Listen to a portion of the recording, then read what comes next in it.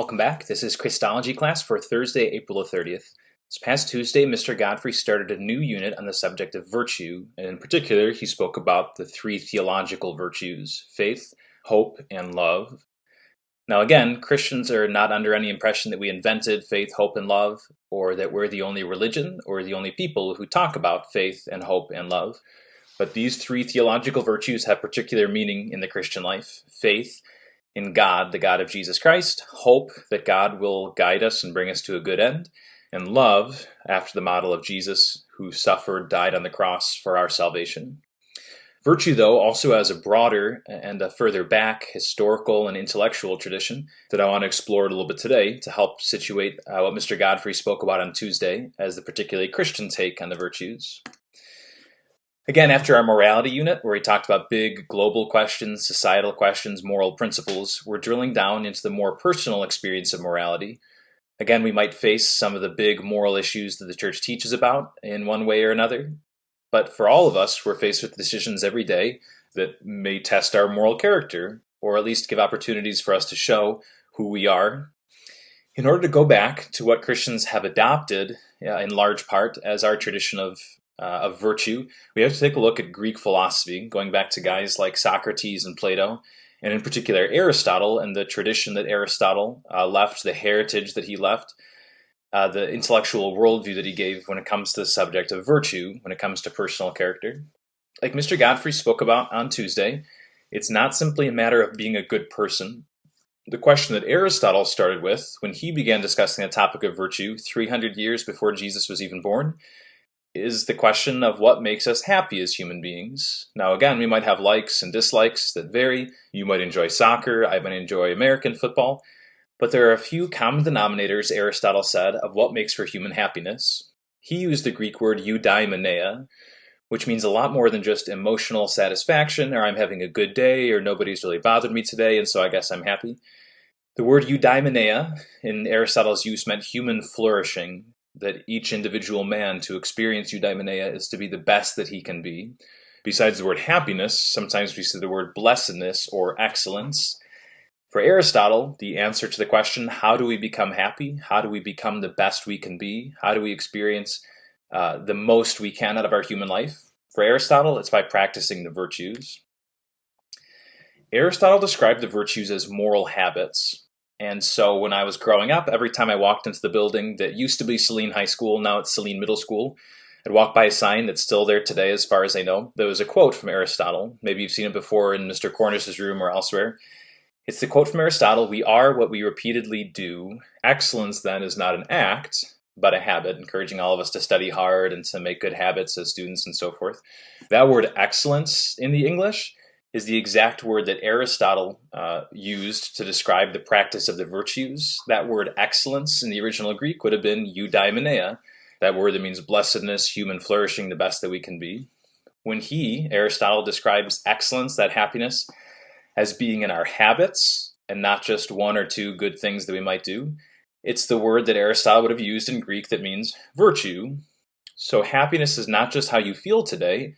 Happiness is the sum total of your character. Well, what's your character? Your character is the moral habits that you have. As Mr. Godfrey mentioned a couple of days ago, the word virtue comes from the Latin word vir, like virile, like manly, like manliness, the word that we use in Latin for a man. So those virtues are the qualities that make for a complete man. The word virtue itself comes from root words which mean strength or power. So it's not that you're afraid to break the rules if you are a virtuous person, as Aristotle used the word or as Christian used the word. Again, virtue means that you are the best that you can be. You're on the road to happiness by practicing those moral habits, those virtues, that make for the best human life that you can live. So if 3,000 years ago, 2,500 years ago, you went up to Aristotle and you said, "Okay, Aristotle, so you tell me what makes for happiness. What makes me a complete man? What do I have to do? What do I have to practice? What character qualities do I have to have?" Aristotle would say you have to practice the virtues, and in particular, there are 4 qualities that make you a complete man. If you're lacking in any one of these, if you don't possess any one of these 4 qualities, Aristotle would say that you have a ways to go before you can say, "I am a man, I'm on the high road to happiness." Aristotle called these the four cardinal virtues. Cardinal, like the word that we use for the red bird, or the word that we use for the leaders in the church. The word cardinal in Latin means hinge, like the hinge of a door, the hinge being the mechanical unit on which the entire door swings. So for Aristotle to use the word that we now translate as cardinal means that these are the character qualities, these are the moral habits that you practice over and over and you repeat and strengthen over and over. And it's the habits on which your life, your future, your character all hinge. So for Aristotle, there are 4 moral skills that make for a complete man. He describes them as prudence, justice, courage, also known as fortitude, and temperance. If you possess these 4, then in Aristotle's opinion, you possess the essential virtues, the essential moral skills that make you a complete man and will make for happiness. So today, I just want to take a look at each of these 4. When we come back on Tuesday, this coming Tuesday, that's May the 5th, I'll give you just a few more points about how Aristotle described the virtues, this intellectual tradition that we as Christians have adopted almost entirely and said, yes, Aristotle was spot on 300 years before Jesus was born. We as Christians would say, to be a complete man, we have to be prudent, just, courageous, and temperate. And on top of that, in our baptism, we receive these gifts that we nurture and grow and allow God to grow in us of faith and hope and love. Let's talk about these 4 then: prudence, justice, courage, and temperance, and that'll be our day today. Prudence sounds extremely boring. It sounds like an old lady's name, or it sounds like behind my picture there you can say it says being too careful, as though all of your friends are about to go out and have a good time, and you say, oh, it wouldn't be prudent to stay out past 9 p.m. and so forth. To Aristotle, prudence was anything but boring. In our modern usage, a lot of times we use it to describe being careful. To Aristotle, it meant something an awful lot more. To Aristotle, prudence, the moral skill, the moral habit that you can practice and grow in, was the mother of all virtues, the mother of all moral skills, the foundation of your character. If you're not essentially prudent, then you can't have any of the other virtues. So for Aristotle, what did prudence mean? One way of describing it is by the 2-word phrase practical wisdom.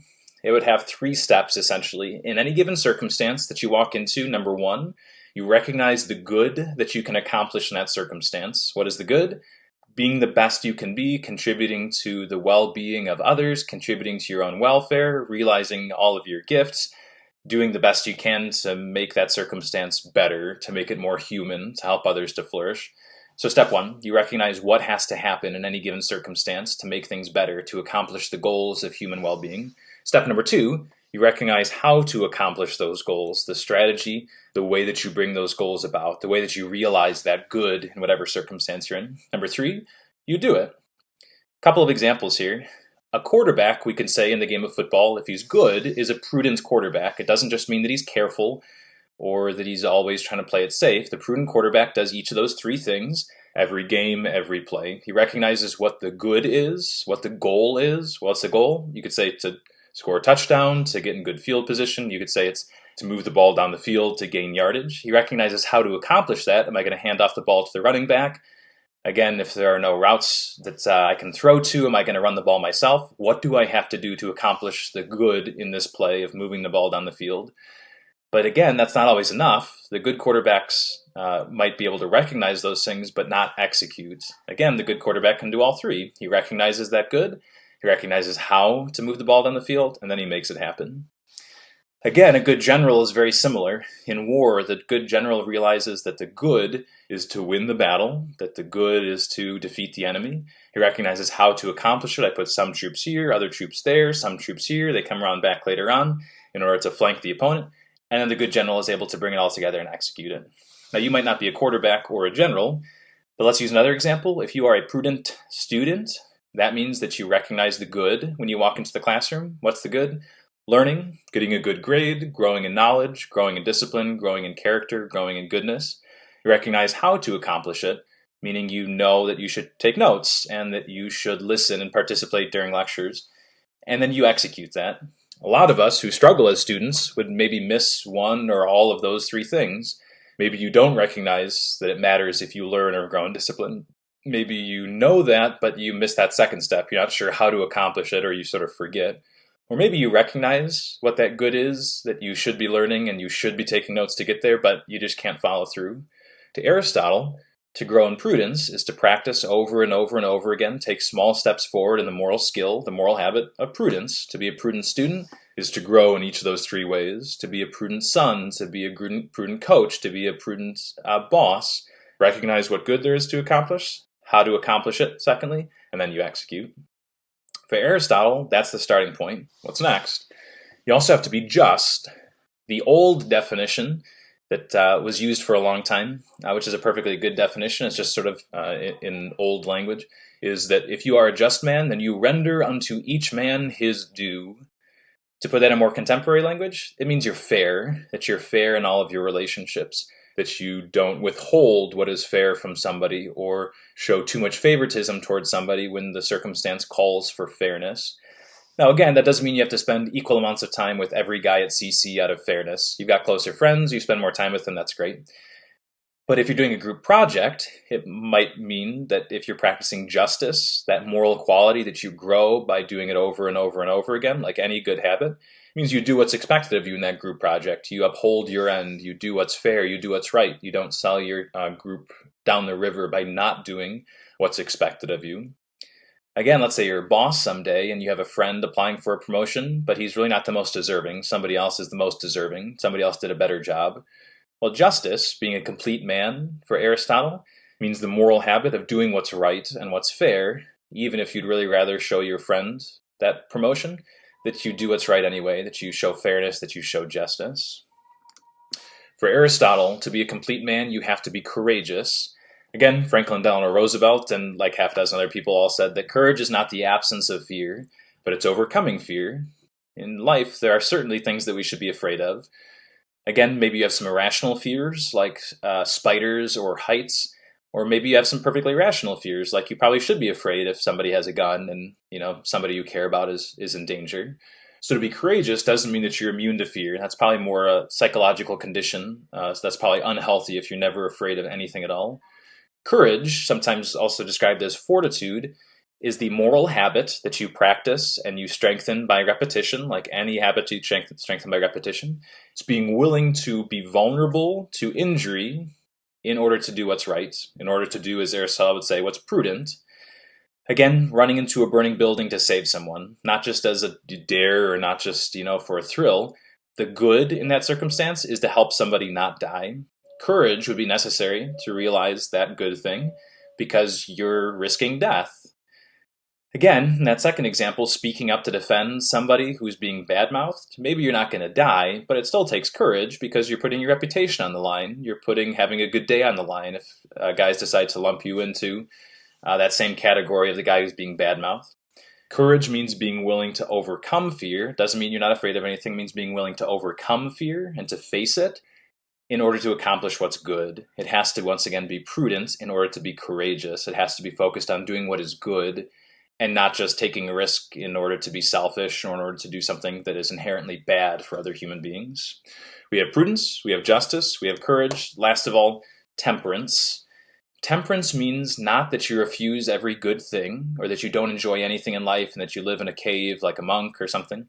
Temperance means that you enjoy good things in your life as much as you possibly can before they become self-destructive. Another way of describing temperance is self-discipline.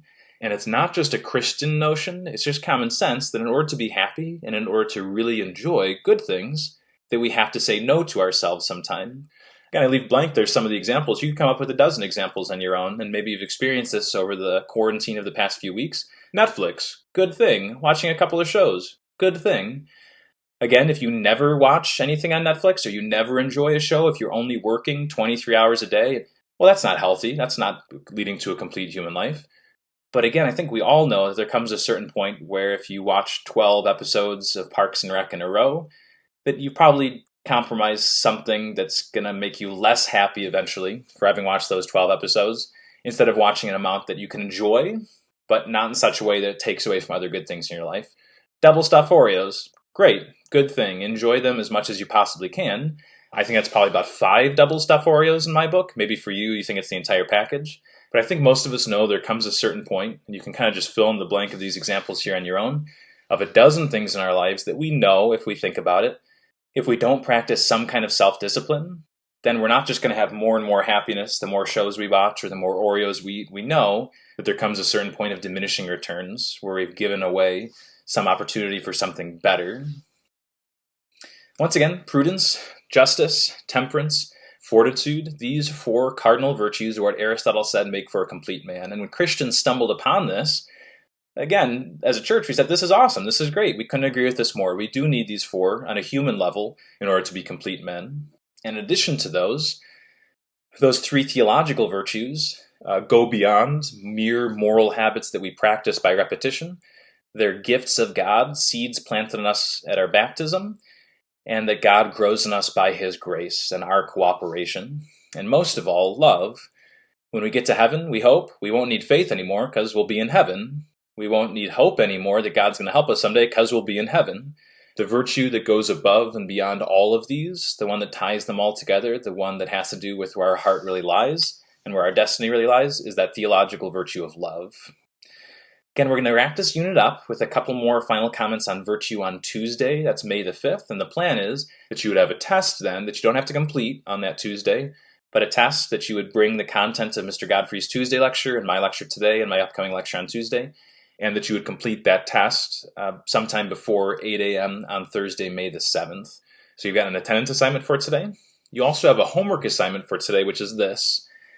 Take a look at the example I'm going to provide for you in the MyCC assignment. I'm asking you in a short paragraph to think about these four cardinal virtues: prudence, justice, temperance, courage, and to try to think of somebody from movies, from TV, from literature that you think exemplifies one of these virtues. It could be a Marvel movie, it could be Star Wars, it could be a book that you read for English class, but somebody from fiction, somebody from literature, TV, or movies that you think illustrates one of these four cardinal virtues. So again, attendance assignment for today, finish that by 3 p.m. That homework assignment is due by Tuesday. Take a look back through these slides, Mr. Godfrey's slides from this past Tuesday, in order to start getting ready for that test that you're going to have in the middle of next week. All the best to you guys. We'll see you then.